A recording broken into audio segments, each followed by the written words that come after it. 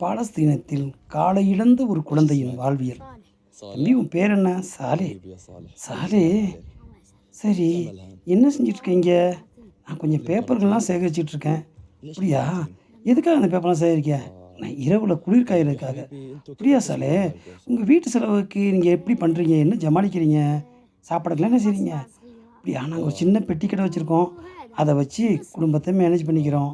சரி, நான் ஒன்று தெரிஞ்சுக்கலாமா? உன் காலு என்னாச்சு? அதுவா, நாங்கள் ஒரு நாள் வீட்டில் இருந்தோம். அப்போ வந்து எங்கள் மேலே இஸ்ரேல் ராணுவம் குண்டு போட்டுச்சு.